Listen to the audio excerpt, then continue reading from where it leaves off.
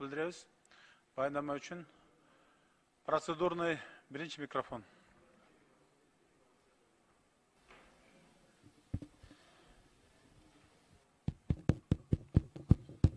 Рахмат, Талант Турдымаматович. Мен дагы ушу мамлекеттик комиссиянын мүчөсү катары өзгөчө пикир жазып, жалпысынан жартысынан колдодум. Мен тасма тарткан жокмун, слайд-шоу жасаган жокмун. Мага дагы ушу мамлекеттик комиссиянын мүчөсү катары эмне үчүн мен жалпысынан анан жартысынан колдодум, эмне үчүн мен өзгөчө пикир менен чыктым. Башкалардан айырмаланып, эмне үчүн комиссиянын корутундусунун макул эмесин ошолорду айтып берүүгө ортодон 10 мүнөт убакыт берүүңүздү суранам. Рахмат. Рахмат. Комиссиясының мүчөсү катары 10 мүнөт убакыт берсек. Келиңиз. Процедуралык 6-чы микрофон. Бизде өзгөчө пикирибиз бар, 7 мүнөт убакыт берип коесузбу?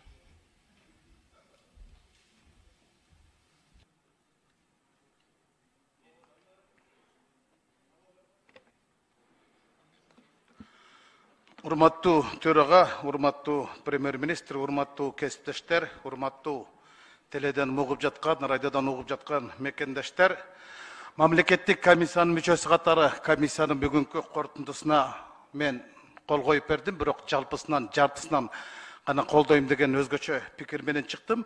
Эмне үчүн мен ушундай пикир менен чыктым? Анын бардыгын жазыш кыйын экен, бирок ошо ортоңку трибунага чыгып өз оюмду айтып коюуну туура көрүп турам. Комиссиянын ишине биринчи ыраазычылык билдирип кетейин. Абдан чоң, эбегейсиз чоң иштерди жасады. Өзгөчө эксперттердин эмгегин баалап коюшум керек. Эң чоң экономикалык, экологиялык экспертизаларды жасап чыкты. Бул эгемендүү Кыргызстандын тарыхындагы эң чоң доону тауып чыкты, аныктап чыкты, ачыктап чыкты.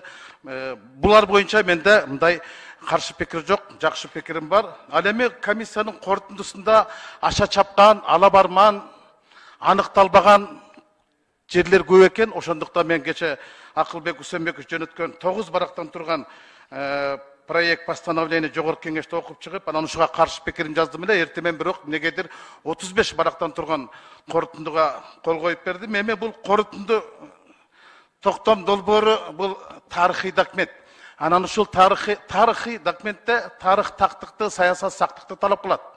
Анан ушул тарыхый документте көп адамдардын тагдыры чечилет, мамлекеттин тагдыры да чечилет. Мен өзүмдүн сунушу менен чыктым. Да, бардыгыбыз жакшы билебиз.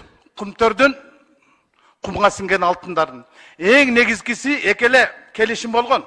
Элдин башын ар жак бер жакка бурмалабай ачыгын айтайык да, алагучту атын атай турган болсок, 2003 жылкы кабыл алынган чечим инвестиционный соглашение, анан 2009 жылкы кабыл алынган конституциялык чечим.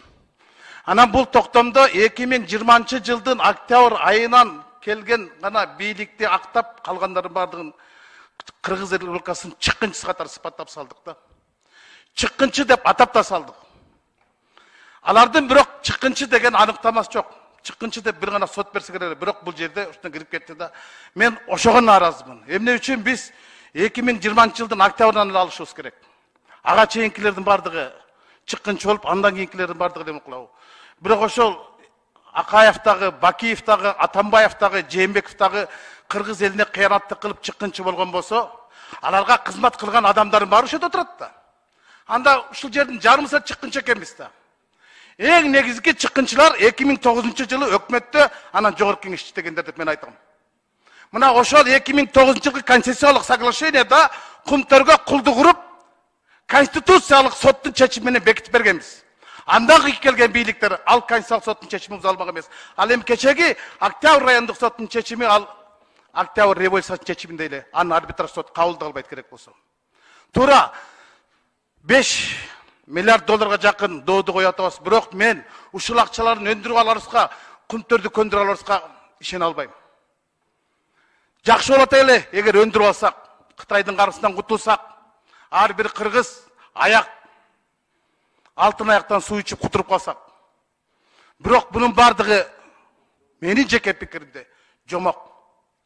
Мына кече түнүндө арбитраждык сотко берди Сентера. Сотко берди. Биз эгемендикти алгандан бери эле кумтөргө кулдук уруп келгенбиз. Сиабека, Камека, Сентерага. Азыркы деле соттошуу бул коштошуу эмес, бул достошуу. Достошуу. Эгер коштошо турган болсок, анда башка жол менен баралы. Мен өзүмдүн өзгөчө пикиримди жаздым. Элди убара кылбайык, элди убада кылбайык, улутту таштап салайык. Ошону кылалы, кылбасак кысалык. Башка сөз жок да. Эмне үчүн биз 2003-2009 жылкы келишимдерге учкай кеп кылып, андан кийинкиге басым жасап атабыз. Бул саясат да. Бул саясат да, чылгый саясат. Бирок 2003, 2009, 2007 жылда комиссия болгон. 2007 жылы Атамбаев өкмөт башчы болуп турган кезде Акылбек Үсөнбекович комиссияны жетектеген. 2003 жылкы жумушчу топто Акылбек Үсөнбекович азыркы комиссиянын башчысы бажы салык кызматтарынын төрагасы болуп комитеттен ошол комиссия кылышкан. 2009 жылкы өкмөттүн премьер-министри болуп туруп экономикалык саясатын көзөмөлдөп турган. Анан бардыгы чыккынчы болуп бул киши кургак чыкканда бул кандай болуп калат? Тарых бизди кечирбей калат го дейм. Алардын күнөөсү канчалык болсо, бул кишиники да ошончолук болмок да. Эмне үчүн Акылбек Үсөнбекович ошол кезде Акаевдин бетине мендей болушун айтып чыккан жок? Эмне үчүн Бакиевге ушинтип айтып чыккан жок ошол кезинде? Эмне үчүн Атамбаев айтып чыккан жок? Сиз чыккынчысыз, мындай кылып атасыз деп. Эмне үчүн Жээнбеков айтып чыккан жок? Кече. Эмне үчүн айтып чыккан жок? Мына мен азыр айтып чыгып атам. Өзүмдүн каршы пикиримди айтып чыгып атам. Oyun kılbaş gerek da. Bu çılgı oyun, siyasat, kurtlar boyunca. Men Konçbek İsabekov'tun, Bazarbay Mambetov'tun, 2013 yılkan memleket komisyon seçimlerin bardığını ok çıktım. Erin Bey. Bırak bardığını geltirip şöyle iki gelişini tegereginde. Ana biz bugün çıkkınçılardan bardığın familiyasını жазып alıp durup, ana başka prokuratorga berip atабыз. Bırak baş mizamda kurtlar boyunca Murunku берени алып калбады го. Мурунку баш мыйзамда бар эле да кумтөр боюнча козголгон кылмыштарына мөөнөтү эскирди деген берене колдонулбайт деп. Азыр кимди жоопко тарта аласың? Нанаев өтүп кетти, Танаев өтүп кетти, Камчок Кудайбергенов өтүп кетти, Насирдин Санов жок. Кимди жоопко тартабыз? Анан бул ашуудан берген отчет болот го Байдылдан кандай эле. Эгерде биз комиссиянын дагы ноябрга чейин узартып аткан болсок, анда биз сүйлөшүүгө мүмкүнчүлүк берип атпайбызбы? Biz Kumtör Kameka legendarlı parlamentin başını tutkan. Kança degen hükümetin başını tutkan. A bizge okşaga Çimkirik parlamenti Çirkeydi jutkan bakadayla kılıp jutup koydu. Eğer biz jutağız desek, eğer biz Kumtör'de utağız desek, anda ulutlaştırığa barışımız gerek bolçu. Elde de uara kılbaytılek, eldege de uada kılbaytılek. Hazır. Sorun el görüt. Бұл мен жеке пікірім. Мен азыр жана фейк троллдар төбө басты калышы мүмкүн. Бирок биз бүгүн урматтуу кесиптештер, азыркы токтоо менен Садыр Нуркожоевичтин алдына аппак пактаны коюп атабыз. Бирок ошол пактанын алдына жай жарылып бара турган минаны коюп атабыз. Бул долбоор азыркы президенттин анга түртө турган долбоор. Бул менин жеке пикирим. Сыйлайсыздарбы, сыйлабайсыздар, бул менин жеке пикирим. Ар ким бири-бирисинин пикирин сыйлашыбыз керек. Бирок мындай алабармандыкка барганча, же биз кутурушубуз керек болчу, же утулушубуз керек болчу.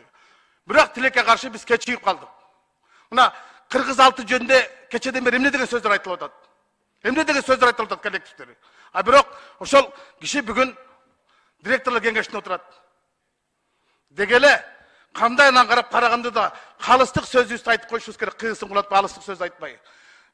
Кийинки мына азыркы башкы прокуратурга сунуш кылган жетекчилердин күнөөсү канчалык болсо да билбеймин, бирок Акылбек Үсөнбековичтин комиссиянын төрагасындагы күнөөсү алардыкынан экесе көп деп мен айта алам.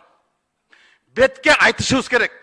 Акылбек Үсөнбекович ошол 2003 жылы келишим болуп атканда айтып чыкса мен де болуп ушул жерден. Анда башка болмок эле. Акаевга Нобель сыйлыгын сунуштаганда ушул киши болгон. Бакиевти мартабалоо деген макам берген ушул болгон. Эми баарыбыз билебиз, 2003 жылы Айдар Кумтөрдү куйлуктан кармаса, 2009 жылы Максим Кекиртектен кармаганда Кумтөрдү. Анан кийин сементтеп кирпич коюп салганда кайта келбей турган Конституциялык сот менен бекиткенде, ушул жердеги парламент ратификация кылып бергенде, жөнөкөй келишимди эл аралык деген макам бергенбиз да. Эртең арбитраждык сотто башталганда биздин Октябрь райондук сотунун чечимин ал Октябрь революция чечимин эле кылып алар кабыл албайт. Егер біз улутташтырганга барсак, анда бул башка маселелер болчу. Анда арбитраж сот алардын центр арызын кабыл алмак эмес болчу да. Ошондуктан мен жакшыбы жаманбы ушу мамлекеттик комиссиянын катарындагы адам катары өзүмдүн өзгөчө пикирим менен чыктым. Анан бул корутундуда токтом долбоорун карап чыгыңыздар, эринбей окуп чыгыңыздар. Ал жерде айыптап атат. Мисалы айтып атат, Акаев 44 миллион алган деп. Ал кече Азаттык аркылуу айтты, мен алган жокмун деп. Атамбаевди 10 миллион доллар алды дейт. Мен кече жактоочусу жакындар аркылуу сурадым. Ал киши кыйналып аткан экен, бирок айтыптыр. Эгер Акылбек Жапаровдун комиссиясы менин 10 сом алганымды далилдеп берсе, мен ушул жерде тергөөсү жок дагы, соту жок, 10 жыл отуруп берем деп. Анан ушул жердегилердин баардыгы ошол токтомго добуш бересиздер. Бирок токтомду карап чыксыздар. Аша чапкан, аныкталбаган нерселердин баардыгы тергөө соту жок эле, биз алардын баардыгына кылмышкер чыккынчы кылып салдык. Анда биз кимбиз? Анда жогорку кеңеш легендарлуу парламентти жуткан кумтөрдү биз жутабыз. Биз тарыхта өзүбүздүн жанагы илешкен жаманаттан арылып калабыз десек, анда келгиле. Мен өзүнчө добушка койдурам. Өмүрбек Текебаев менен ал жерде отурган Алмамбет Насыркановдун 2016 жылдын 27-июнда жогорку кеңешке күн тартибине киргизген коомдук талкуу кылган улутташтыруу боюнча мыйзам долбоор бүгүнкү күнгө чейин сүрүшүп жатат. Ошону алып чыгайык да 3 окууда кабыл алайык. 3 окууда кабыл алып атпадыкпы? Атамбаев туганда 2 күндө, Сооронбай-Жээнбековдун 1 күндө кылсак, азыр 1 эле саатта кабыл алып атпайык 3 окууда мыйзамды. Келгиле же кылсак батырлык кылайык, кылбасак башкача кылсалык. Ошол мыйзамды алып чыгайык дагы улутташтырып салалык. Даяр мыйзам бар, сүрсүп жатат. Алып чыгалык. Кайта-кайта эле оюн кыла бербей. Ушул оюмду айтып койдум. Кат айтсам кечирим сурайм. Рахмат көңүл бургансыздарга.